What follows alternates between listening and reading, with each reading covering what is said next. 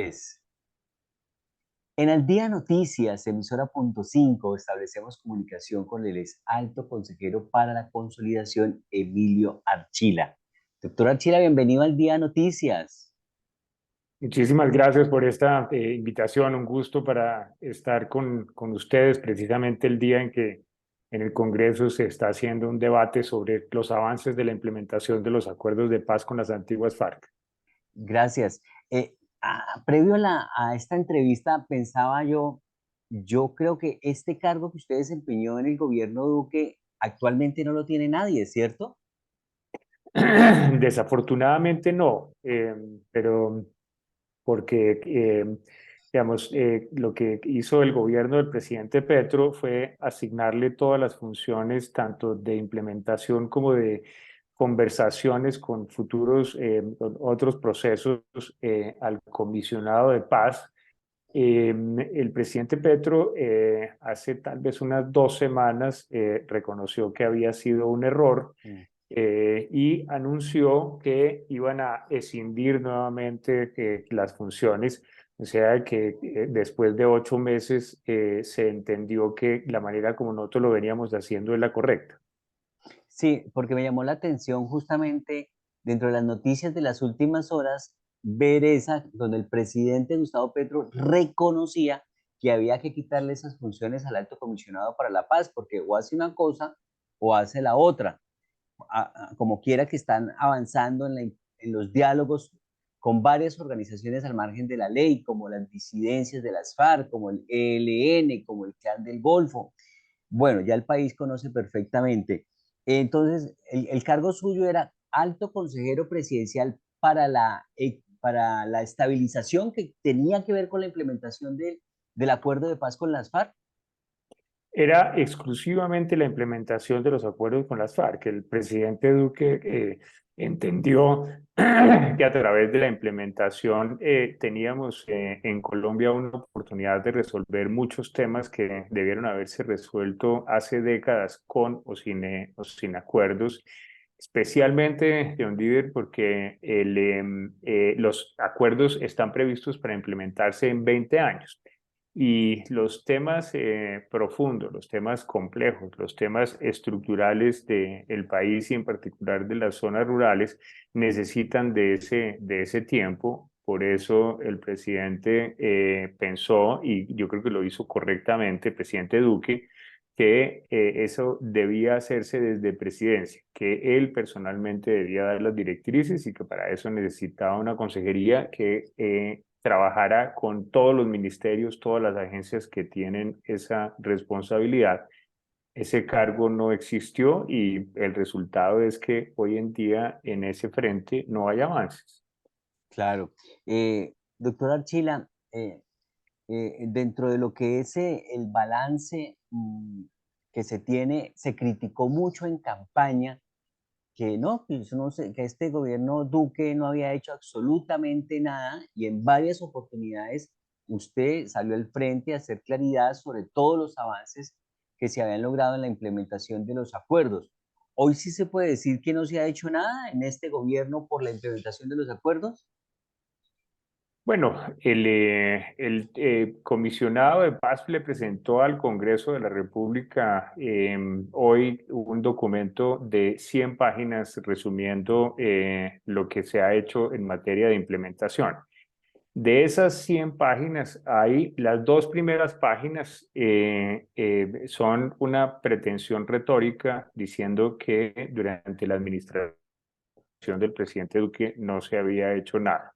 Mm. Después hay 3 paginitas, sumando todos los párrafos que puede haber, en donde dicen cosas que en algún momento piensan hacer, pero que no han hecho, pero cosas que piensan hacer. Y hay 95 páginas de los resultados que ya se han obtenido. 95% del documento son los resultados que nosotros le entregamos al país.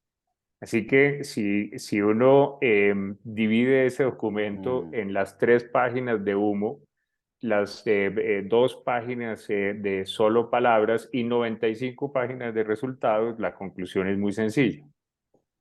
Claro, absolutamente. En ese sentido, pues es importante. que el país lo reconozca. Eh, entonces, ¿usted por qué dice que sin la continuidad en la implementación del acuerdo con las FARC perderemos la única oportunidad de paz en Colombia, de construir sobre lo construido? Esa afirmación, ¿por qué la hace usted? Colombia es un país democrático. Eso quiere decir que legítimamente cada 4 años cada presidente llega con un programa con el cual fue elegido. Entonces, es legítimo, es democrático que él haga borrón y cuenta nueva. La única vez en la historia de Colombia en donde en la Constitución se le prohibió a los presidentes hacer eso es con la incorporación de los acuerdos. La Corte Constitucional dijo los acuerdos tienen que aplicarse de manera progresiva, de manera sistemática, de manera continua durante 4 administraciones seguidas. Entonces, si los presidentes fueran respetuosos con lo que señaló la Corte Constitucional, esta es la única oportunidad en que eso va a ocurrir. Y nosotros llevamos 200 años tratando de resolver los temas del desarrollo rural, 200 años tratando de llegar a los territorios, 200 años tratando de tener presencia de los servicios públicos en las zonas apartadas, llámense el PRI, llámese el PD, cualquiera que sea el nombre del programa, y simplemente en 4 años no se puede. Entonces, pretender que no se hizo nada, taparse los ojos y pretender que no se hizo nada, pues es una traición a ese mandato constitucional y a esa única oportunidad que tenemos. Claro, yo recuerdo, doctor Archila, que en campaña y sobre todo este gobierno decía que la administración Duque había hecho trizas los acuerdos, pero es que ellos justamente querían gobernar para poder implementar y poder sacar adelante la totalidad de los acuerdos, no una parte ni un poquito, ni aparentar que se estaba haciendo algo, que ellos sí lo iban a hacer. Pero entonces, cuando usted dice, cuando usted dice que sin continuidad la implementación, entonces que si ellos no van a hacer continuidad a la implementación, ¿qué van a hacer? ¿Van a hacer otra implementación muy diferente? ¿Acaban con todos los proyectos que se han hecho? No, es que nosotros lo vamos a hacer es diferente, más o menos como el tema del metro. No, nosotros sí vamos a hacer metro, pero no este elevado que ustedes quieren hacer, sino que lo vamos a hacer subterráneo. Sí lo hacemos, pero de otra manera. ¿Cómo es el asunto? Pues digamos, el ejemplo del metro es un buen ejemplo, porque si eso sucediera, nos condenarían a otros 60 años sin metro. Y es un muy buen ejemplo, John Deere. Nosotros dejamos listos todos los caminos. En materia de víctimas, dejamos renovada la ley. Esa ley se iba a terminar y la renovamos por 10 años más. Dejamos 2 documentos COMPES para que se pueda trabajar en el largo plazo. En materia de reincorporación, en donde por ley todo se iba a terminar, todos los apoyos a los 13.000 excombatientes se iban a acabar en el 2022, dejamos establecido por ley que habría el acompañamiento durante todo el tiempo que sea necesario y escrita una hoja de ruta con 7 garantías para cada uno de esos 13.000 excombatientes. En materia de sustitución de cultivos, aparte de haber apoyado a 100.000 colombianos, 100.000 familias colombianas, 400.000 colombianos que abandonaron la coca, dejamos escrito con el gobierno de los Estados Unidos el Colombia Sustituye, que de implementarse nos llevaría a deshacernos voluntariamente del 95% de la coca del país. Para los municipios PEDET, los más afectados por la violencia y la pobreza, esos son 170 municipios que representan la tercera parte del territorio del país. Están agrupados en 16 regiones y para cada una de esas se dejó señalado el plan de largo plazo, la hoja de ruta. Para el desarrollo de la ruralidad colombiana había que escribir 16 planes nacionales sectoriales. Eso es lo que hay que hacer en vías, en salud, en educación, en desarrollo agropecuario, en ordenamiento social de la propiedad. De los 16 dejamos listos los 16. Luego, quien quiera cumplir con su mandato con la historia, quien quiera cumplir con el mandato constitucional, tiene todos los elementos para poder construir sobre lo construido. Obviamente, si uno quiere hacerse el ciego, el sordo, pues digamos, sería una cosa terriblemente triste y eso es lo que he tratado de expresar. Claro, pero entonces, en conclusión, con esta implementación de la paz quieren hacer lo mismo que con el metro, hacer sí la implementación, pero no como usted lo dejó planteado con políticas incluso públicas. Y de esa manera no se va a poder hacer. El presidente Barco trató de hacer una reforma rural en 4 años y no pudo. El presidente Lleras trató de hacerlo en su periodo y no le alcanzó el tiempo. El presidente López Pumarejo trató de hacerlo en 4 años y no lo alcanzó a hacer. Eso simplemente en periodos de 4 años no se puede hacer. Bueno, pero uno podría decir, bueno, tengo mi conciencia tranquila, yo hice hasta donde pude y tuve las mejores intenciones, dejamos las bases para hacer una implementación literal y al pie de la letra del documento en 20 años. Pero si el gobierno Petro no lo hizo, ellos deberán asumir la responsabilidad política de lo que pase a partir de este momento con esa implementación. Claro, afortunadamente usted lo describe y mi conciencia está más que tranquila, mi parte más que la hice, siento una gratitud inmensa de haberle podido servir a mi país, pero me produce angustia, me produce dolor con las siguientes generaciones que no se aproveche de esta oportunidad. Claro, es el país el que pierde, es el país, porque uno siempre quiere, cuando uno tiene vocación de servicio y sin ánimo egoísta, porque muchas veces en la política, como usted lo dice, cada 4 años una política diferente, eso es ser egoísta, no reconocer lo bueno que ha hecho otra administración. Eh, doctor Archila, el tema de que se aprovechó esa implementación de la paz para de pronto actos de corrupción, ¿en qué quedó? Digamos, ahí hay unas investigaciones que se iniciaron gracias a que yo presenté las denuncias. Yo tan pronto tuve conocimiento de la posibilidad de que hubiera malos manejos, denuncié eso ante la Consejería para la Transparencia de la Presidencia, ante la Fiscalía General de la Nación, ante la Procuraduría, ante la Contraloría. Cada uno de esos órganos ha venido adelantando las investigaciones que correspondan.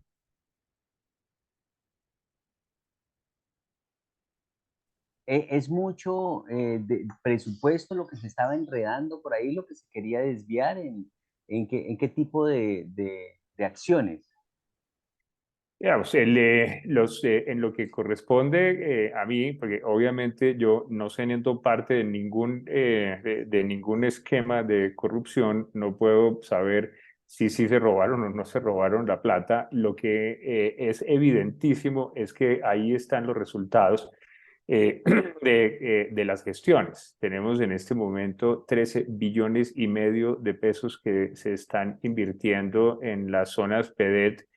En las zonas PEDET, en esos 170 municipios, habitan unos 6,7 millones de colombianos. Eso es más o menos la misma población que Colombia, de Bogotá, solo que dispersa en la tercera parte del territorio. Ahora que usted hablaba del metro, el metro son solamente 2 contratos. Colombia se demoró 60 años en empezar esos 2 contratos. Mm. Nosotros en 4 años fuimos a las comunidades, trabajamos con ellos, identificamos 33.000 necesidades, conseguimos fuentes, porque esas fuentes de financiación no existían, no es que nos hubieran entregado un tarrado de plata para distribuirlo en esas inversiones.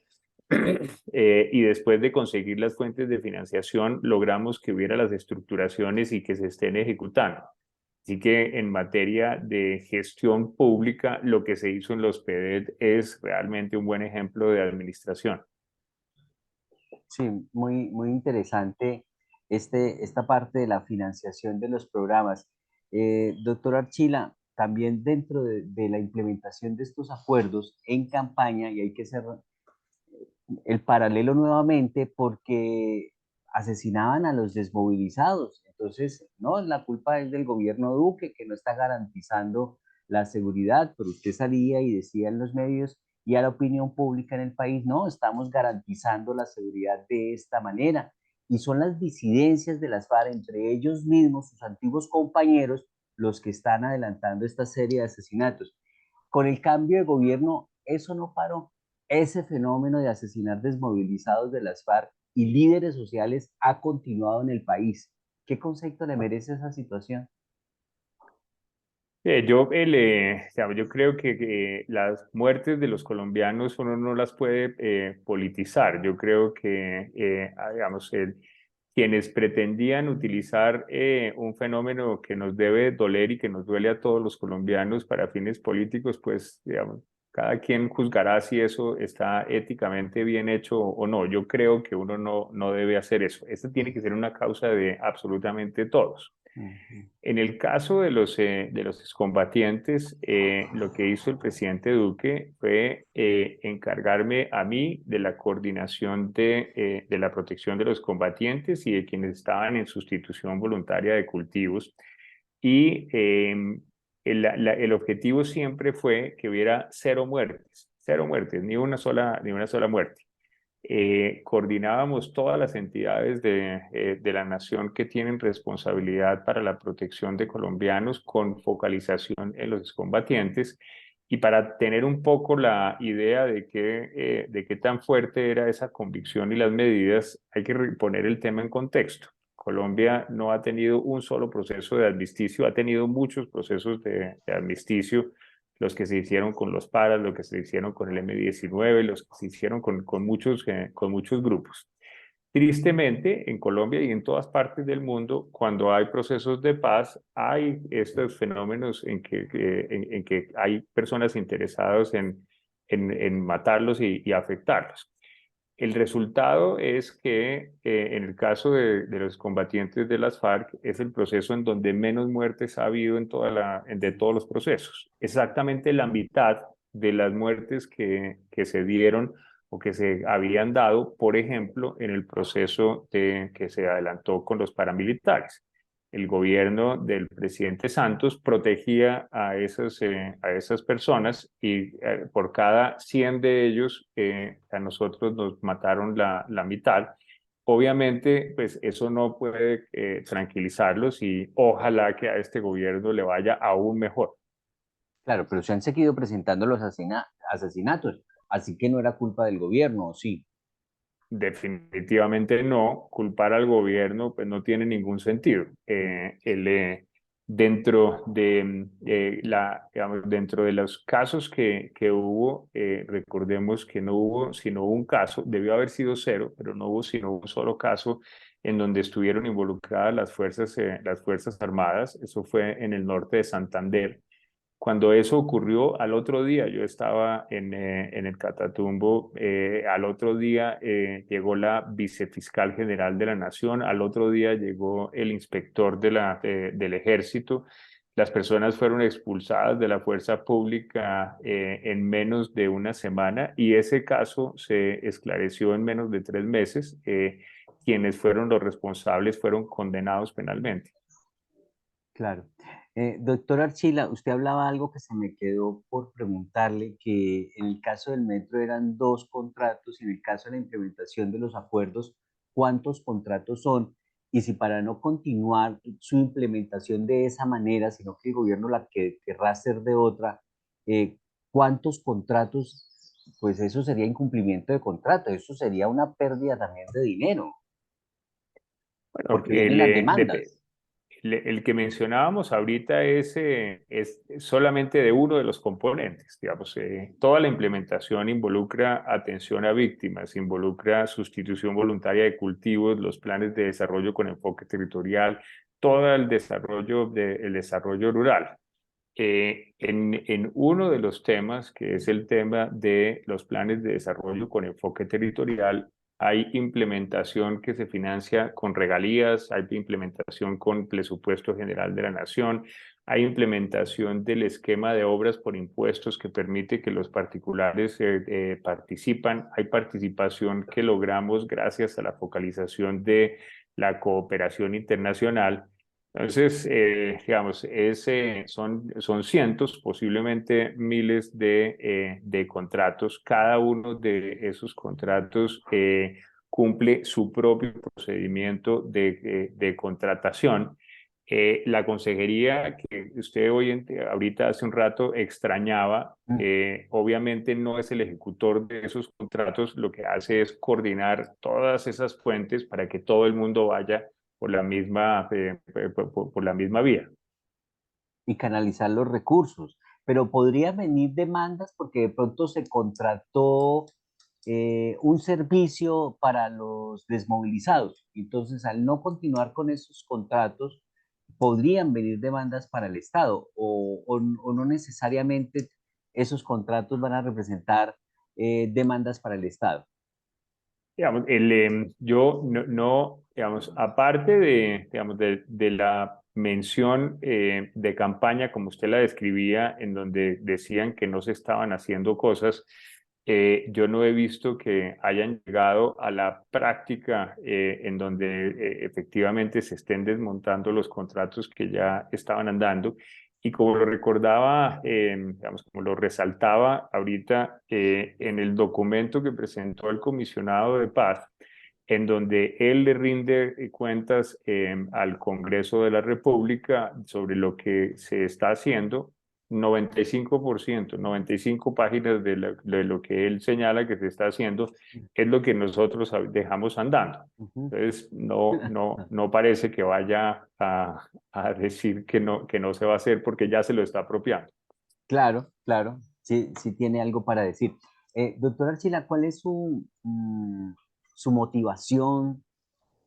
¿Usted es optimista por lo que ha ocurrido hasta el momento con este gobierno, en lo que tiene que ver con la paz total, por ejemplo, lo que tiene que ver con la implementación, lo que usted manejó, lo que tiene que ver con el desarrollo del país? ¿Cuál es su percepción? ¿Cuál es su estado emocional frente a resultados, por supuesto, de cómo va el país? Digamos, yo creo en mi país, creo en mi gente, creo que Colombia tiene unas características que son absolutamente ensoñadoras. En estos días se supo que somos el país que más madruga de todos los países del mundo. Del Y ese OCDE. no es digamos, ese no es un dato, ese no es un dato insignificante. Eso hace referencia a que se comprueba lo que siempre hemos pensado y es que los colombianos son profundamente trabajadores, que son Mm. ilusionados, que creemos que el futuro se construye con horas de trabajo, con esfuerzo. Así que no tengo ninguna duda de que a Colombia le espera un futuro promisorio. Ahora, tenemos amenazas si no se continúan las cosas que están bien hechas, que tenemos amenazas y algunos de los procesos que se necesitan, Mm. como el de la implementación, se descarrilan, sí, pero afortunadamente vivimos en una democracia, afortunadamente tenemos medios de comunicación a través de los cuales los ciudadanos pueden oír una y otra versión y escoger siempre las mejores. Sí. Doctor Emilio Archila, ex alto consejero presidencial para la estabilización, como de costumbre, muy amable con los micrófonos de Al Día Noticias, emisora punto 5. Queremos agradecerle este tiempo para los colombianos en los que se sigue debatiendo sobre lo que realizó el pasado gobierno en materia de implementación y lo que esperamos que se haga en este gobierno, porque de hecho hace poco estuvieron los de las FARC desesperados, cogiendo todas sus cositas de los PD yéndose para otro lado porque nos querían matar a todos por parte de las disidencias. Así que en ese sentido es muy importante lo que haga en este momento el gobierno de turno para garantizarle la vida de estas personas y garantizar la implementación de los acuerdos de manera acertada. Que pase muy buen día, muy amable, gracias. Muchas gracias, John Dider, y un abrazo a todos los que nos ven y nos oyen. Muy bien, es el alto consejero presidencial, exalto consejero presidencial para la Estabilización, Emilio Archila, responsable de la implementación del acuerdo con las FARC durante la pasada administración, reiteró que si no se continúa cumpliendo el compromiso con los colombianos proyectado a 15 años, se perderá una oportunidad única para que el país construya sobre lo construido. Estamos en Al Día Noticias, emisora .5.